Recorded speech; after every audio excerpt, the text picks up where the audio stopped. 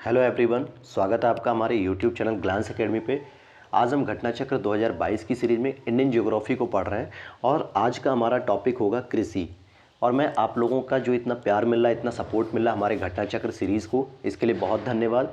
और आप लोगों के जो लगातार कमेंट्स आ रहे हैं, नीलम चौधरी जी का, सिद्धार्थ जी, पूनम रावत और पंकज कुमार, कालिंदी गुप्ता, विवेक पीटर और भी लोग जो हमसे पूछ रहे हैं कि सर ये वीडियो कंप्लीट तो हो जाएगी, एग्ज़ाम से पहले पहले रिवीजन हो जाएगा कि नहीं, बीच में छोड़ेंगे तो नहीं।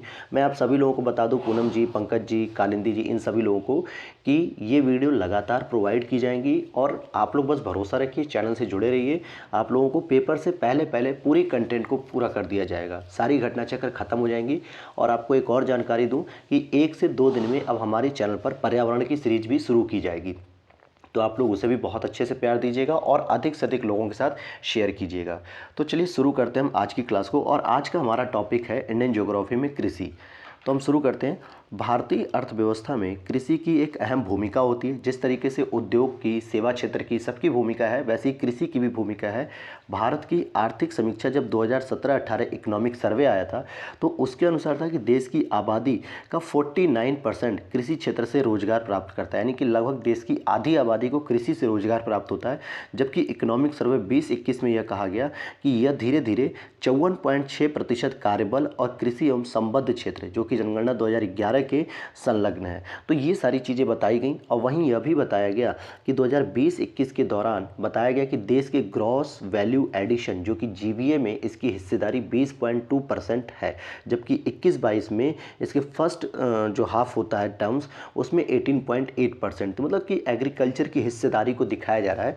ये कोई सकारात्मक लेकिन नहीं है, क्योंकि एग्रीकल्चर की हिस्सेदारी लगातार हमारी इकोनॉमी में अब घट रही है, परसेंटेज के हिसाब से देखें। और किसकी बढ़ रही है? सर्विस सेक्टर की बढ़ रही है, इंडस्ट्री सेक्टर की बढ़ रही है। आगे हम देखते हैं। देश में प्रथम कृषि विश्वविद्यालय की स्थापना 1960 में हुई थी पूरे भारत में। और भारत के प्रथम प्रधानमंत्री जवाहरलाल नेहरू ने 17 नवंबर 1960 को उत्तर प्रदेश कृषि विश्वविद्यालय, जिसको हम लोग यूपीएयू के रूप में इसका उद्घाटन किया पंतनगर में। आज वर्तमान में वो उत्तराखंड का हिस्सा हो गया है, लेकिन 1960 में वो उत्तर प्रदेश का हिस्सा था, जो पूरे भारत में पंतनगर विश्वविद्यालय के नाम से फेमस है। उसी का उद्घाटन किया गया था। बाद में इसका नाम गोविंद वल्लभ पंत कृषि और प्रौद्योगिकी विश्वविद्यालय कर दिया गया। भारत में 15 कृषि जलवायु क्षेत्र हैं। कितने कृषि जलवायु क्षेत्र हैं? 15 कृषि जलवायु क्षेत्र हैं। National bureau of soil survey, soil मतलब मिट्टी होती है, तो नेशनल ब्यूरो ऑफ सॉइल सर्वे के अनुसार भारत को 20 कृषि पारिस्थितिकी क्षेत्रों, यानी कि एग्रो इकोलॉजिकल जो रीजन होते हैं वो 20 और 60 कृषि पारिस्थितिकी उप क्षेत्रों में विभाजित किया गया। तो आपको दो चीज़ें याद रखनी है कि कृषि जलवायु क्षेत्र कितने हैं? तो 15 हैं। कृषि पारिस्थितिकी क्षेत्र कितने हैं? तो 20 हैं। बस यही दो प्रश्न ज़्यादातर पूछे जाते हैं, 60 का नहीं पूछा जाता। इनका वर्गीकरण मिट्टी, जलवायु का प्रकार, प्राकृतिक भौगोलिक परिस्थितियों के आधार पर किया गया है। भारतीय कृषि की इतिहास की पुस्तक जो है कि एस.एम. रंधावा द्वारा लिखी गई थी, यानी हिस्ट्री ऑफ इंडियन एग्रीकल्चर। और आगे चल के हरित क्रांति के कारण भारतीय कृषि अपने जीवन निर्वाहक स्वरूप के बजाय व्यापारिक और बाजार उन्मुख रूप ग्रहण करती जा रही है।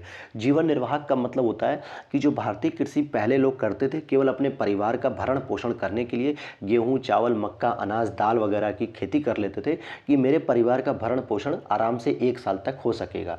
लेकिन जब हरित क्रांति अप्लाई की गई 1966-67 के समय में, तो उस समय हमने देखा कि हरित क्रांति के द्वारा जितना विकास हुआ पश्चिमी उत्तर प्रदेश का, पंजाब का, हरियाणा का और भी क्षेत्रों का, तो उससे कृषि केवल पालन पोषण तक सीमित नहीं रहेगी, बल्कि प्रोडक्शन इतना अधिक होने लगा कि अब उसको व्यापार के रूप में स्तर किया गया, यानी विदेशों में भेजा जाने लगा, पैसे की कमाई हो गई। तो भारतीय अर्थव्यवस्था एक नए दिशा में चलने लगी। तो कृषि का अब स्वरूप कुछ ऐसा हो गया है। और वहीं फूड एग्रीकल्चर ऑर्गेनाइजेशन, कृषि एवं खाद्य संगठन के मानकों के अनुसार खाद्यान्नों को सुरक्षित भंडार के समय 14% तक ही सापेक्षिक आर्द्रता होनी चाहिए। कृषि में युग्म पैदावार, यानी कि डबल क्रॉपिंग का आशय है 2 या 2 से अधिक फसल एक ही भूमि पर एक ही फसल वर्ष में उगाना। जैसे मान लेते हैं कि हम एक वर्ष में 2 या 2 से अधिक अगर हम खेती कर रहे हैं फसलों की, तो उसी को हम डबल क्रॉपिंग या कृषि युग्म पैदावार भी कहते हैं। और एक ही साथ एक भूमि पर दो या दो से अधिक फसल जब उगाई जाती है तो उसको अंतर फसल यानी इंटरक्रॉपिंग खेती कहलाती है। अब समझ लीजिएगा क्या कह रहा हूँ मैं, कि कृषि में जो युग्म पैदावार होती है डबल क्रॉपिंग, इसका मतलब तो होता है दो या दो से अधिक फसल को एक ही भूमि पर एक ही फसल वर्ष में उगाना होता है। ठीक है, यानी अलग अलग समय पे आप उगा सकते हैं लेकिन एक ही साथ में। ठीक है, जैसे अब आपका एक साल में क्या हुआ, 6 महीना आपने धान उगा लिया चावल, और 6 महीने आपने गेहूं और सरसों की खेती कर ली, तो इसको तो हम कहते हैं कृषि मतलब युग्म पैदावार। लेकिन अगर एक ही साथ एक ही भूमि पर दो या अधिक फसल उगाए, जैसे गेहूं के साथ आप देखोगे सरसों की खेती भी की जाती है, जौ की खेती की जाती है, तो इसको हम इंटरक्रॉपिंग कहेंगे, क्योंकि सेम समय सेम जमीन और सेम समय में जो है कि सारी खेती हो रही है। वहीं मिश्रित खेती, अगर अक्सर प्रश्न में ये पूछा जाता है कि मिश्रित खेती क्या होती है, तो बहुत सारे बच्चे क्या समझते हैं कि मिश्रित खेती का मतलब होता है सर कि दो या दो से अधिक अलग अलग प्रकार की फसलों को लगाना, लेकिन ये बिल्कुल गलत हो जाता है उत्तर। मिश्रित खेती का मतलब होता है कि कृषि के कार्यों के साथ साथ, अर्थात फसलों के उत्पादन के साथ साथ आपको पशुपालन को भी बढ़ावा देना चाहिए। जो भी कृषि के अवशिष्ट होते हैं अपशिष्ट होते हैं उनको पशुपालन में यूज किया जाना चाहिए, और जो पशुपालन में गोबर वगैरह या जो मूत्र हैं अपशिष्ट होते हैं उनको खाद के रूप में हम खेती में यूज करें, तो इसी को हम मिश्रित खेती कहते हैं। आगे देखते हैं, जिससे खेती से शेष बचे समय में पशुपालन करके किसान अपनी आय में वृद्धि कर सके। और भारत में ठेकेदारी कृषि यानी कि कॉन्ट्रैक्ट फार्मिंग को लागू करने में पंजाब राज्य अग्रणी है। कॉन्ट्रैक्ट फार्मिंग क्या होती है, जैसे बड़े बड़े किसानों जो कंपनी होती हैं, जैसे हल्दीराम हो गया, बीकानेर हो गया, बिंगो हो गया या मैकडी हो गया, तो इनसे क्या होता है कि बड़े बड़े किसान अपना कॉन्ट्रैक्ट कर लेते हैं कि भाई मुझे इतना लाख रुपए मिल जाएगा तो मैं एक साल में पर्टिकुलर एक फसल को आपको पैदा करके दूंगा। जैसे फ्रेंच फ्राइज बनते हैं मैकडी में, अब फ्रेंच फ्राइज के लिए जो उसके आलू होते हैं उनकी एक हाई क्वालिटी होती है, तो मैकडी वाले क्या करेंगे कि हरियाणा पंजाब या आपके किसी और क्षेत्र के किसानों से समझौता कर लेंगे कि आपको प्रत्येक वर्ष मुझे इतने टन गेहूं देना है, मतलब आलू देना है, और मैं बदले में आपको सारी सुविधाएं दूंगा, खाद पानी पैसे ट्रांसपोर्ट की सुविधा सभी चीज़ें दूंगा। तो किसान को भी लगता है कि चलो अच्छी रकम मिल रही है और अच्छा फ़ायदा है, कोई ज़्यादा हेडक नहीं है, मौसम की मार का कोई प्रभाव नहीं पड़ेगा कि मौसम कैसा है कैसा नहीं, तो अच्छी खासी जो है कि खेती होने लगती है। लेकिन इसके लिए कंपनियां जो है कि बड़े बड़े किसानों से जो है कि ज़्यादातर डील करती हैं, छोटे छोटे किसानों से नहीं करती हैं। तो ये पंजाब राज्य अग्रणी है क्योंकि पंजाब में बहुत अधिक स्तर पे खेती होती है इसकी। वहीं सिक्किम की बात करें तो पूर्वोत्तर में स्थित एक पहाड़ी प्रदेश है और यहाँ का अधिकांश भूभाग जंगलों से घिरा हुआ है। इस राज्य की कुल भूमि का मात्र 10% से भी कम भाग कृषि कार्य के लिए उपलब्ध है, मैक्सिमम वो जंगल पे ही आधारित है। और यहाँ पर औसत वार्षिक वर्षा 125 सेंटीमीटर है। इसके विपरीत वहीं उत्तर प्रदेश पंजाब हरियाणा प्रमुख रूप से अन्य उत्पादक राज्य हैं, यानी कि यहाँ पे प्रोडक्शन ज़्यादा होता है। हमारे खुद उत्तर प्रदेश में मसूर खेती जो है कि सबसे अधिक होती है भारत में, आपके गेहूं की खेती सबसे अधिक होती है, कुल खाद्यान्नों की खेती सबसे अधिक होती है हमारे उत्तर प्रदेश में, आलू की खेती सबसे अधिक होती है। तो इस तरीके से, और वहीं पंजाब हरियाणा में आप देखेंगे चावल की खेती भी अधिक होती है, वैसे तो पश्चिम बंगाल में भी होती है लेकिन हेक्टेयर के हिसाब से इनमें अधिक होती है। तो इस आधार पे आप देख सकते हो कि ये हमारे फसल उत्पादक राज्यों के रूप में जाने जाते हैं और हरित क्रांति का प्रभाव भी यहाँ पे ज़्यादा देखने को मिला। देश के कुल खाद्यान्न उत्पादन में उत्तर प्रदेश की अगर हम बात करेंगे तो नंबर 1 पर आता है, कुल खाद्यान्न उत्पादन का अंशदान सर्वाधिक होता है। वहीं आगे देख लेते हैं हम, विश्व में शीर्ष 10 चावल उत्पादक देशों में चीन पहले स्तर पे है, वहीं भारत दूसरे स्तर पे है। और भारत में खाद्यान्न के सकल क्षेत्र में लगभग 34.88, जो कि इकोनॉमिक सर्वे 21-22 के अनुसार भाग पर चावल की कृषि की जा रही है। कितने? 34.88। भारत में अगर हम चावल की खेती की बात करेंगे तो पश्चिम बंगाल प्रथम स्तर पर आता है और दूसरे नंबर पर यूपी आता है।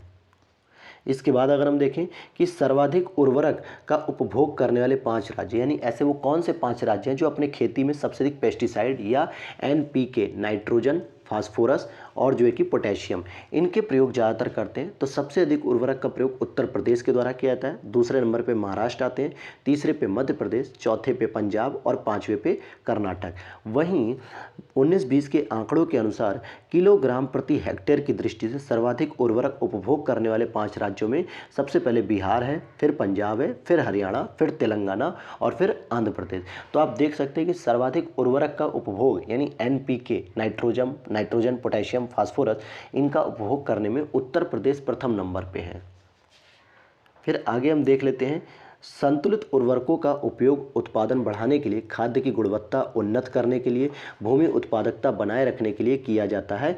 इसलिए संतुलित उर्वरक का उपयोग की मतलब बहुत ज़्यादा उर्वरक भी ना हो और बहुत कम भी ना हो।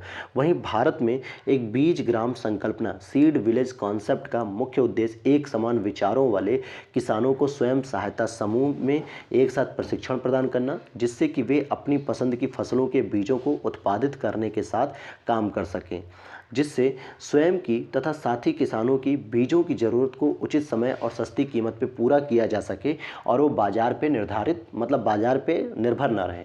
वहीं एग मार्क, ये प्रश्न बहुत बार पूछा था, eco mark, Agmark, trade mark, तो ये सब देखते हैं। तो एग मार्क जो होता है, एग का मतलब होता है एग्रीकल्चर मार्क। तो केंद्र सरकार द्वारा प्रायोजित एक योजना है जो कृषि उत्पाद ग्रेडिंग और मार्केटिंग अधिनियम 1937 के अंतर्गत कृषि और संबद्ध उत्पादों की ग्रेडिंग और मानकीकरण को प्रोत्साहित किया जाता है। तो एग मार्क में जो एजी है वही एग्रीकल्चर हो जाता है, उस वही बताता है कि एग्रीकल्चर प्रोडक्ट जो होते हैं अर्थात कृषि उत्पाद, उन पर ही एग मार्क दिया जाता है।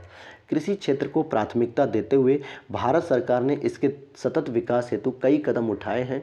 इसमें आगे हम देखते हैं, मृदा स्वास्थ्य कार्ड जैसे शुरू किया गया था। मृदा स्वास्थ्य कार्ड योजना द्वारा सतत मिट्टी की उर्वरता सुधारने, प्रधानमंत्री ग्राम सिंचाई योजना के माध्यम से पानी की बढ़ी हुई क्षमता सिंचाई के लिए उपयोग में सुधार करने, परंपरागत कृषि विकास योजना द्वारा जैविक खेती का समर्थन और किसानों के आय में वृद्धि हेतु एकीकृत राष्ट्रीय कृषि बाजार के सृजन को समर्थन जैसे बहुत सारे कदम उठाए जा रहे हैं।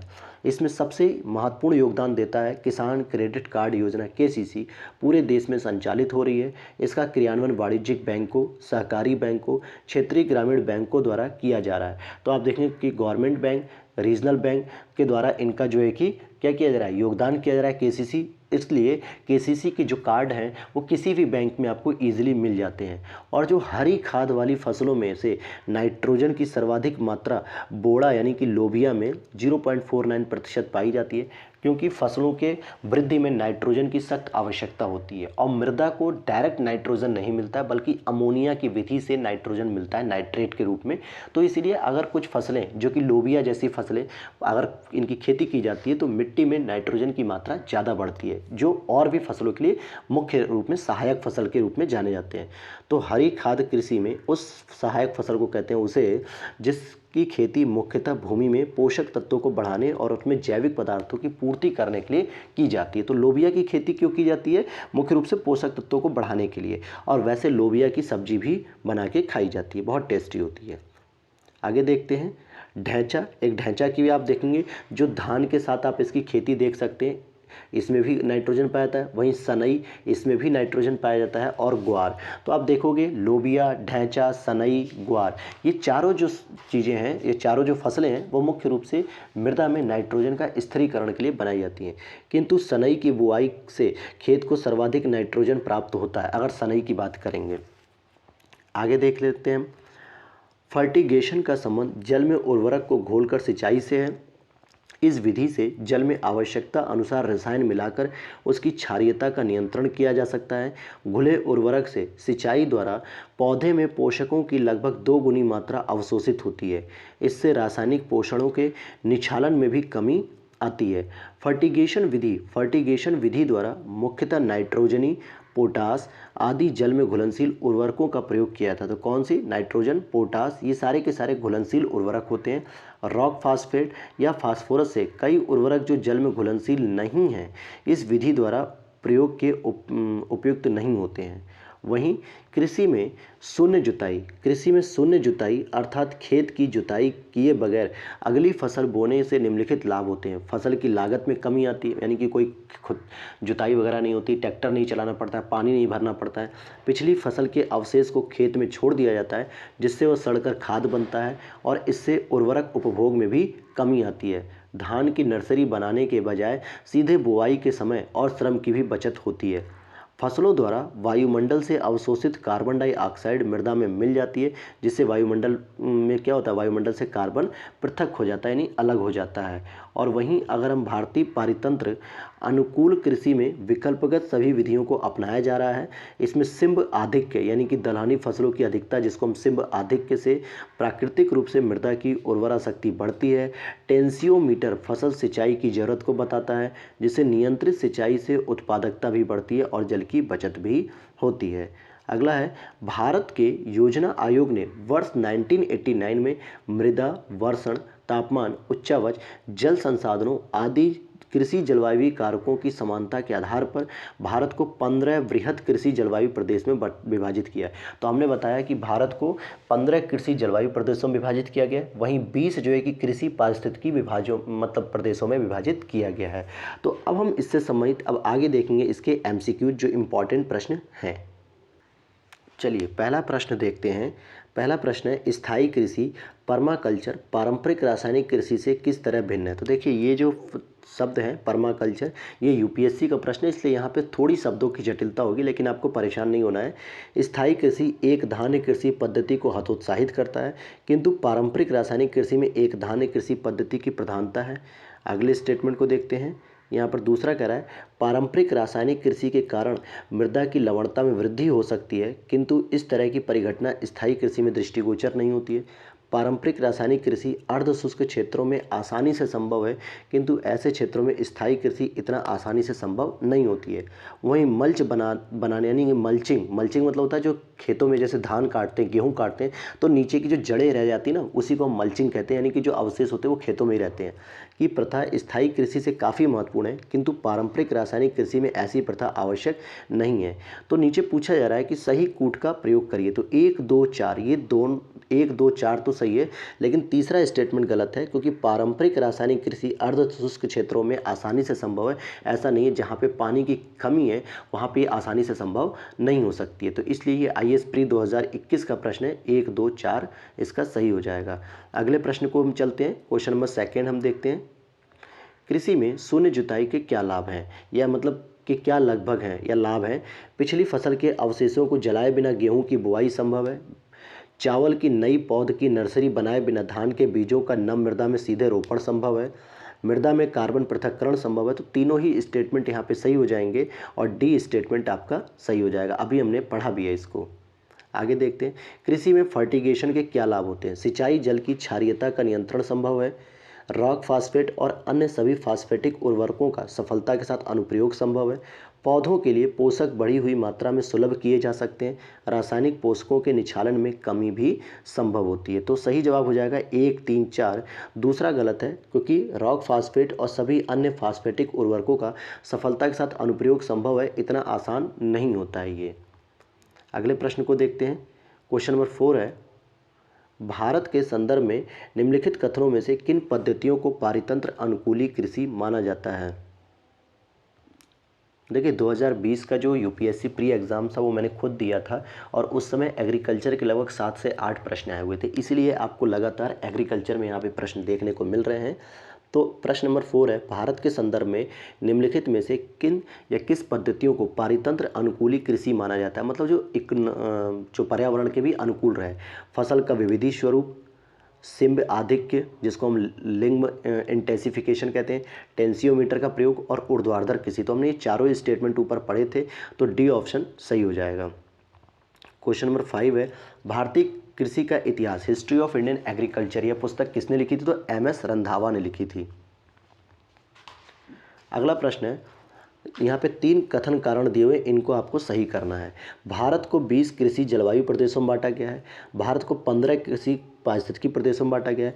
पश्चिमी हिमालय शीत शुष्क पारिस्थितिकी प्रदेश का कवरेज क्षेत्र पश्चिमी हिमालय प्रदेश के कवरेज क्षेत्र से ज़्यादा है। तो आप देखेंगे कि यहाँ पर पहला, दूसरा, तीसरा तीनों ही गलत स्टेटमेंट दिए हुए हैं। कैसे? क्योंकि आप देखेंगे भारत को 20 कृषि जलवायु नहीं बल्कि कृषि पारिस्थितिकी प्रदेशों में बांटा गया है, और 15 जो है कि कृषि जलवायु प्रदेशों में बांटा गया है, और ये जो 20 वाला होता है वो इससे मिलता है। और ये पहला, दूसरा, तीसरा भी गलत है। तो बी ऑप्शन सही हो गया कि तीनों ही स्टेटमेंट गलत है। क्वेश्चन नंबर 7 हम देखते हैं। देश में एग्रो इकोलॉजिकल क्षेत्र यानी कि कृषि पारिस्थितिकी क्षेत्र कितने हैं? 20 है, जबकि कृषि जलवायु क्षेत्र कितने हैं? 15 हैं। तो यही तो अभी प्रश्न में पूछा गया था। क्वेश्चन नंबर 8 है, भारत में एग्रो इकोलॉजिकल जोन्स यानी कि कृषि पारिस्थितिकी क्षेत्रों की कुल संख्या कितनी है? तो 20 हो जाएगी। नेक्स्ट क्वेश्चन है, P सेनगुप्ता और G सादस्युक 1968 ने भारत को कितने लघु कृषि प्रदेशों में बांटा था, उप क्षेत्रों में? तो ये 63 बांटे गए थे। कितने? 63। अगले प्रश्न को देखें, भारत की शुष्क पेटी की अर्थव्यवस्था प्रधानतः कृषि पे आधारित है। बिल्कुल सही बात है। इसमें द्वितीय हरित क्रांति के लिए बहुत क्षमता है। अब देखिए, हरित क्रांति पहली वाली तो ज़्यादा इंप्लीमेंट हुई, अच्छे से प्रयोग हुआ, लेकिन द्वितीय जो है कि अब चावल की खेती पर फोकस किया जा रहा है, इसलिए अभी हम इसके बारे में कुछ ज़्यादा कह नहीं सकते। तो दोनों ही स्टेटमेंट तो सही है, लेकिन दोनों एक दूसरे की व्याख्या नहीं कर रहे हैं, तो बी ऑप्शन सही हो जाएगा। क्वेश्चन नंबर 11 को देख लेते हैं। भारत की खाद्य एवं पोषण सुरक्षा के संदर्भ में बीज प्रतिस्थापन दरों को बढ़ाने से भविष्य के खाद्य उत्पादन लक्ष्यों को प्राप्त करने में मदद मिलती है, किंतु इसके अपेक्षाकृत बड़े और विस्तृत क्रियान्वयन में क्या बाध्यता या बाध्यताएं हैं। तो अब यहाँ पर जो प्रॉब्लम्स आएंगी उनके बारे में हमें डिटेल से समझना है। और यहाँ पर देखते हैं कि कोई भी राष्ट्रीय बीज नीति नहीं बनी अभी तक। निजी क्षेत्र की बीज कंपनियों की उद्यान कृषि फसलों की रोपण सामग्रियों और सब्जियों के गुणवत्ता वाले बीजों की पूर्ति में कोई सहभागिता नहीं है। निम्न मूल्य और उच्च परिमाण वाली फसलों के मामले में गुणवत्ता वाले बीजों के बारे में मांग आपूर्ति अंतराल भी है। तो बी ऑप्शन सही हो जाएगा कि केवल तीसरा स्टेटमेंट सही है, बाकी कोई भी स्टेटमेंट नहीं सही है। क्वेश्चन नंबर नेक्स्ट है, देश में प्रथम कृषि विश्वविद्यालय की स्थापना कब की गई थी। तो 1960 में पंडित जवाहरलाल नेहरू जी के द्वारा की गई थी, जिसको आज वर्तमान में उत्तराखंड में हम पंतनगर में गोविंद वल्लभ पंत कृषि विश्वविद्यालय के नाम से जानते हैं। अच्छा, हमारे यूपी में एक कृषि विश्वविद्यालय है जो आपको कमेंट बॉक्स में बताना है कि कौन सा है और किस जिले में स्थित है। देश का पहला कृषि विश्वविद्यालय कौन सा है। तो आप देखेंगे बी, GBPU यानी कि गोविंद वल्लभ पंत जो है एग्रीकल्चर इंस्टीट्यूट के नाम से पंतनगर में उत्तराखंड में जाना जाता है। क्वेश्चन नंबर 14 है, भारतवर्ष में प्रथम कृषि विश्वविद्यालय की स्थापना हुई थी 1960 में हुई थी प्रथम कृषि विश्वविद्यालय की स्थापना। क्वेश्चन नंबर 15 हम देखते हैं, यदि खाद्यान्नों का सुरक्षित संग्रह सुनिश्चित करना हो तो कटाई के समय उनकी आर्द्रता अंश कितने प्रतिशत से अधिक नहीं होनी चाहिए। तो 14% से अधिक नहीं होनी चाहिए। 16 प्रश्न है, भारत में भूमि उपयोग वर्गीकरण का सन्निकट निरूपण निम्नलिखित में से कौन करता है। तो नेट बुआई क्षेत्र 47%, वन 23%, अन्य क्षेत्र 30% हमारे भारत में देखने को मिलता है। कृषि में युग्म पैदावार का आशय किसको उगाने से होता है। तो एक ही साथ दो फसल या विभिन्न मौसमों पर दो फसल। तो ए ऑप्शन सही हो जाएगा, विभिन्न मौसमों पर दो फसल, लेकिन एक वर्ष में दो या दो से अधिक फसलों को उगाना ही कृषि युग्म फसल होता है। और अगर मैं कहूँ एक ही साथ दो फसल उगाएं तो इसको हम क्या कहते हैं। इसको हमने जो है कि पढ़ा था, आपने ऊपर जो है कि, तो इसको बताइएगा कमेंट बॉक्स में आप लोग। अगले प्रश्न को देखते हैं। क्वेश्चन नंबर 18, निम्नलिखित में से कौन सी मिश्रित खेती की प्रमुख विशेषता है। नकदी और खाद्य दोनों शस्यों के साथ साथ होती है। दो या दो से अधिक शस्यों को एक साथ, शस्य मतलब होता है फसल, यहाँ पर पशुपालन और शस्य उत्पादन यानी कि फसल उत्पादन को एक साथ करना। तो सी ऑप्शन सही हो जाएगा। 19 प्रश्न है, मिश्रित खेती में सम्मिलित है। मिश्रित खेती में सम्मिलित है, क्या क्या सम्मिलित है। कई तरह की फसलें उगाना और पशुपालन भी करना। तो ध्यान दीजिएगा, ये कई बार प्रश्न पूछा गया है और आप लोग गलत कर देते हो। तो यहाँ पे पशुपालन और कृषि दोनों को मिलाकर करने की प्रक्रिया को हम मिश्रित खेती कहते हैं। तो सी ऑप्शन सही हो जाएगा। क्वेश्चन नंबर 20 है, समानांतर फसल का एक उदाहरण है। तो समानांतर फसल का मतलब होता है जो एक साथ फसलें होती हैं। तो आप देखेंगे ज्वार और आलू का सीज़न अलग होता है, आलू और धान का सीज़न अलग होता है, कपास और गेहूं का सीज़न अलग होता है, लेकिन गेहूं और सरसों एक ही साथ आपको कई सारे खेतों में देखने को मिल जाएगी। क्वेश्चन नंबर 21 है, निम्न राज्यों में किसको छोड़कर सभी में कृषि भूमि का प्रतिशत काफ़ी अधिक है। तो सिक्किम में क्या 10% से भी कम है। बाकी यहाँ पे 90% सब जंगली और पहाड़ी क्षेत्र है, पठारी क्षेत्र है, जिसमें कृषि करना मुश्किल ही नहीं नामुमकिन हो जाता है। क्वेश्चन नंबर 23 है, निम्न में से एक भारतीय कृषि की विशेषता नहीं है। प्रकृति पर अधिक निर्भरता, बिल्कुल है। उत्पादकता का निम्न स्तर, यह भी बिल्कुल सही बात है कि ज़्यादा प्रोडक्शन नहीं हो पाता है। तो यहाँ पूछ रहा कौन एक विशेषता नहीं है। तो अगले स्टेटमेंट देखें, फसलों की विविधता, बिल्कुल है, लेकिन बड़े खेतों की प्रधानता ये नहीं है। बड़े खेतों की प्रधानता बहुत ही छोटे स्तर पर है, मतलब कम मात्रा में, लेकिन सबसे अधिक छोटे छोटे जोत ज़्यादा क्षेत्र हैं। तो डी ऑप्शन सही हो गया। अगला प्रश्न है, भारतीय कृषि में निम्न उत्पादकता का कारण क्या है। आवश्यकता से अधिक लोगों का कृषि कार्यों में लगा रहना, जोत का छोटा आकार होना, उत्पादन की पिछड़ी तकनीक होना, उपयुक्त सभी। तो डी ऑप्शन सही हो जाएगा, उपयुक्त सभी। क्वेश्चन नंबर 24 है, पारंपरिक खेती के आधुनिक वैज्ञानिक खेती में रूपांतर में हरित क्रांति की तकनीक की महत्वपूर्ण भूमिका रही है। इसमें सामाजिक और पर्यावरणीय लागत सम्मिलित नहीं होती है। तो देखिए यहाँ पर ये जो स्टेटमेंट है दोनों ही यहाँ पे सही हो जाएंगे, लेकिन कोई किसी की व्याख्या नहीं कर रहा है। अगले प्रश्न को देखते हैं 25 क्वेश्चन नंबर। निम्नलिखित में से कौन सा भारतीय कृषि की निम्न उत्पादकता का कारण नहीं है? जनसंख्या का दबाव, प्रच्छन्न बेरोजगारी, सहकारी कृषि और भूजोत का छोटा आकार। तो कह रहा है निम्न उत्पादकता का कारण नहीं है। तो निम्न उत्पादकता हो किस लिए रही है? क्योंकि जनसंख्या का दबाव अधिक है, प्रच्छन्न बेरोजगारी है, भूजोत का छोटा आकार है, लेकिन सहकारी कृषि की वजह से निम्न उत्पादकता नहीं होती है। तो सी ऑप्शन सही हो जाएगा। भारत में संकार्य जोतों यानी कि चालू जोतों का सबसे बड़ा औसत आकार कहाँ पे देखने को मिलता है? तो राजस्थान में देखने को मिलता है। क्वेश्चन नंबर 27 है, भारत में कृषि को समझा जाता है किसके लिए? जीविकोपार्जन का साधन यानी कि अपने जीवन को जीवित रखने के लिए एक साधन के रूप में यूज किया जाता है। हालांकि हरित क्रांति के बाद अब इसका व्यापारीकरण ज़्यादा हो रहा है, बाजारीकरण ज़्यादा हो रहा है, लेकिन अभी भी जीविकोपार्जन के रूप में ही किसान आज भी खेती करते हैं। प्रश्न संख्या 28 है, भारतीय कृषि के संदर्भ में निम्नलिखित में से कौन सा कथन सही है? भारत में दालों की खेती के अंतर्गत आने वाला लगभग 90% क्षेत्र वर्षा द्वारा पोषित होता है।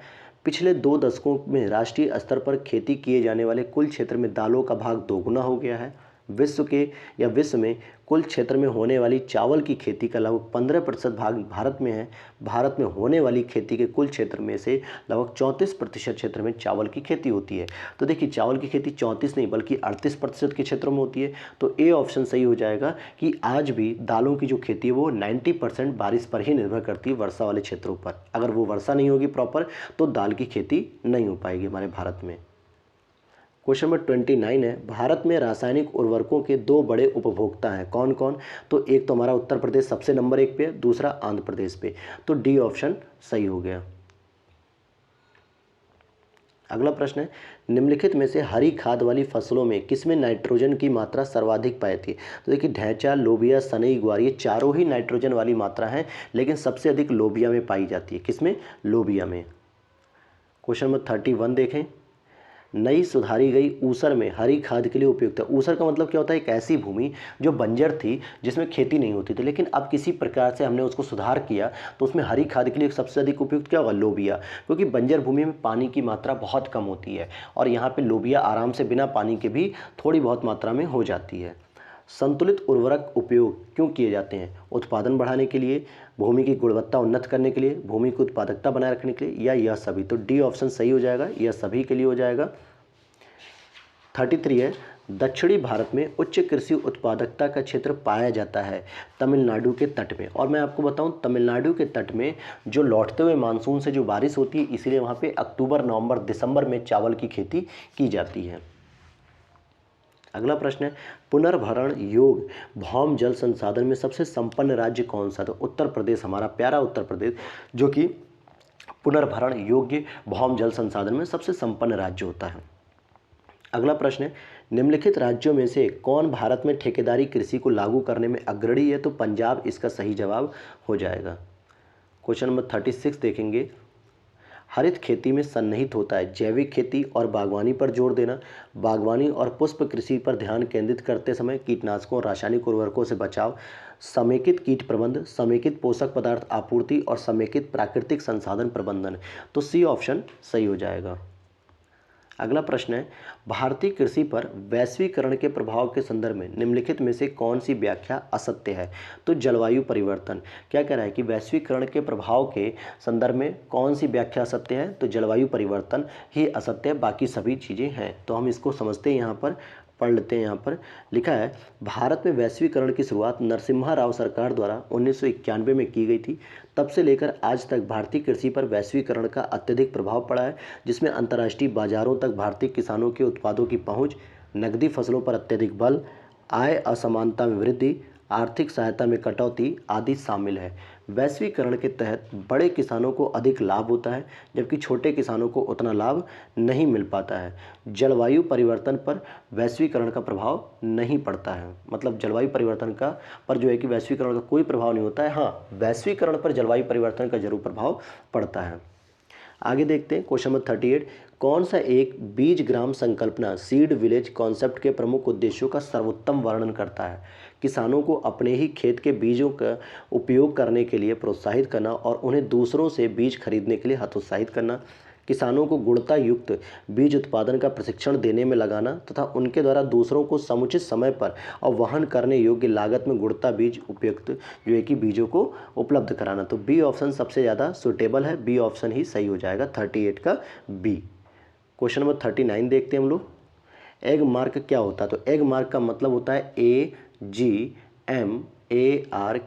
तो AG का मतलब हो गया एग्रीकल्चर, तो यानी कि क्या हो जाएगा इसका गुणवत्ता गारंटी की। वैसे तो ये मोहर है इसमें लिखा हुआ जो ऑप्शन है, वरना ये कृषि पदार्थों पे या कृषि उत्पादों पर दी जाती है।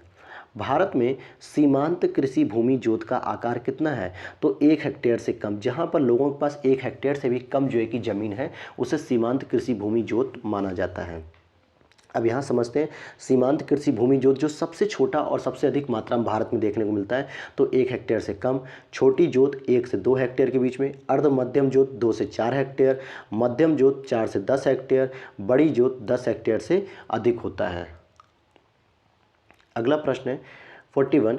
भारतीय कृषि में परिस्थितियों के संदर्भ में संरक्षण कृषि की संकल्पना का महत्व बढ़ जाता है। कौन कौन से संरक्षण कृषि के अंतर्गत आते हैं? एक, धान्य कृषि पद्धतियों का परिहार, न्यूनतम जोत को अपनाना, बागानी फसलों की खेती का परिहार और मृदा धरातल को ढकने के लिए फसल अवशिष्ट का उपयोग और स्थानिक एवं कालिक फसल अनुक्रमण फसल आवर्तनों को अपनाना। तो यहाँ पर अगर आप देख सकते हैं कि क्या पूछा जा रहा है कि कौन कौन से संरक्षण कृषि के अंतर्गत आते हैं। मतलब खेती अगर आप कर रहे हो तो कम से कम जलवायु को, प्रकृति को, मिट्टी का बचाव भी होना चाहिए। तो न्यूनतम जोत अपनाने से जो है कि नुकसान होता है, तो आप पहले दूसरे को काट सकते हैं, ठीक है। और वहीं मृदा धरातल को ढकने के लिए फसल अवशिष्ट का उपयोग किया जाता है, यह बिल्कुल सही बात है, तो 4 ऑप्शन सही है। वहीं बागानी फसलों की खेती का परिहार, तो ये सारी चीज़ों को हमें समझना होगा और हम आगे इसके आंसर को देखते हैं कि क्या कहा जा रहा है इस आंसर को। तो इसका हो जाएगा सी ऑप्शन 2, 4, 5। कौन कौन से? 2, 4, 5। तो देख लेते हैं हम 2, 4, 5 में क्या क्या दिया हुआ है। तो देखिए न्यूनतम जोत, मैंने ये तो कहा कि न्यूनतम जोत अपनाना, मृदा धरातल को ढकने के लिए और स्थानिक एवं कालिक जो है कि अनुक्रमण या फसल आवर्तनों को अपनाना। तो 2, 4, 5 आपका सही जवाब हो गया, ठीक है। तो अब हम लोग अगले चैप्टर को हम लोग पढ़ेंगे कल नेक्स्ट वीडियो में, हरित क्रांति। और आप लोग इस लेक्चर को मिस मत करिएगा, यहाँ से हर बार आपके एग्जाम में एक प्रश्न जरूर बनता है। मिलते हैं नेक्स्ट वीडियो में। Thanks for watching.